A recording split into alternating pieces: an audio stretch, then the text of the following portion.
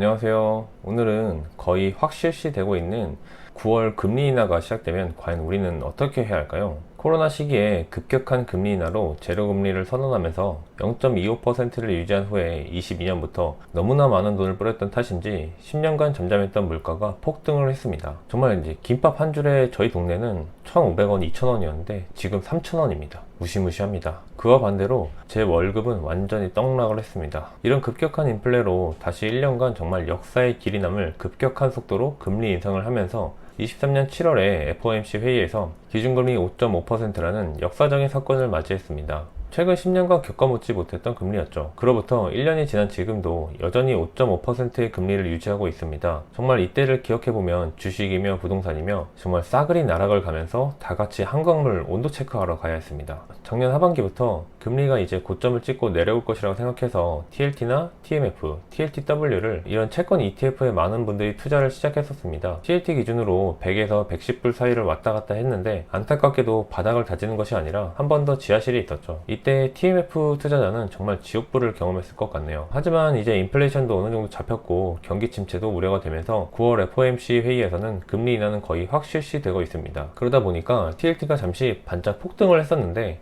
단순히 금리 인하를 넘어서 경기 침체로 인한 빅스텝으로 0.5%를 내릴 것이라는 기대의 결과죠. 생각해보면 결국 금리는 5.5%에서 내려갈 것은 확실한데 빅스텝을 기대로 잠시 폭등했던 건 금리가 인하되면 결국은 TLT 주가가 덜 오르든 더 오르든 오른다는 것은 다시 한번 반증된 것이죠. 올해 두 번이냐 한 번이냐 뭐 이런 이야기가 나오고 있는데 두 번만 해도 0.5%가 내려오는 것으로 그럼 수익도 확실한 것이죠. TLT의 듀레이션이 평균 17년입니다. 듀레이션은 간단히 TLT 안에 있는 채권들의 평균 회수 기간입니다. 두 번만 인하해도 이론적으로는 8.5% 정도의 수익을 얻을 수 있다는 의미입니다. 듀레이션이 1%의 금리가 17%의 수익을 좌우합니다. 그러니 무난히 110에서 한 120불까지는 가겠죠. 그 정도 수익으로 만족하냐고 하실 수 있지만 거의 확실시 되는 수익과 연평균 S&P 500의 수익률이 10% 전후인 것을 생각해보면 단기간에 확실한 수익을 얻을 수 있는데 안 할 이유가 없습니다. 결론적으로는 100불 밑에서는 충분히 투자할 만한 가치가 있다는 것입니다. 현재가 금리의 정점으로 보면 유럽의 버핏이라고 불리는 앙드레 코스톨라니의 달걀 이론에서 보듯이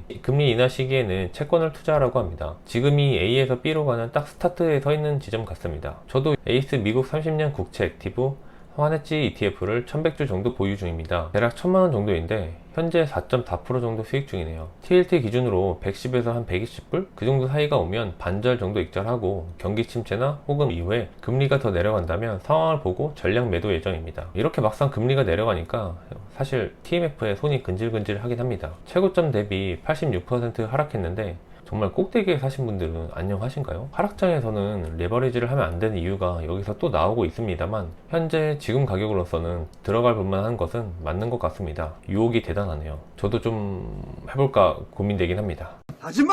역시 주식은 심리이고 엉덩이 싸움인 것 같습니다. 다시 한번 느끼게 되네요. 이제 23년도에 하반기 금리 인하를 생각해서 채권을 투자하셨던 분들이 한 차례 많이 실망하셨을 텐데 이제 정말 결실을 맺을 때가 오고 있는 것 같습니다. 9월 FOMC는 한국 시간 기준 19일에 금리 발표를 하는데 과연 다시 한번 하데스를 만날지 아니면 천국으로 올라가 제우스를 만날지 기대되네요. 저는 물론 제우스를 만나고 싶습니다. 금리 인하 시기에 채권 투자를 어떻게 생각하시나요?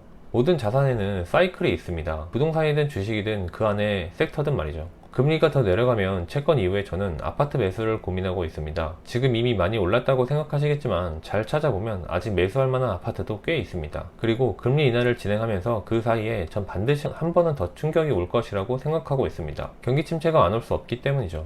보시다시피 단기적으로 미국 실업률은 올라가고 있습니다. 지금의 AI 붐으로 저는 이제 한 차례 주가를 떠받치고 있는 모습이지만 소비는 결국 천조국조차 위축되고 있습니다. 어느 사이클에서든 어떤 상황에서든 결국 돈 버는 것이 목표입니다. 채권이 과연 이번에 저에게 수익을 가져다 줄지 모르겠지만 그 결과를 기대해 보고 있습니다. 오늘도 시청해 주셔서 감사합니다.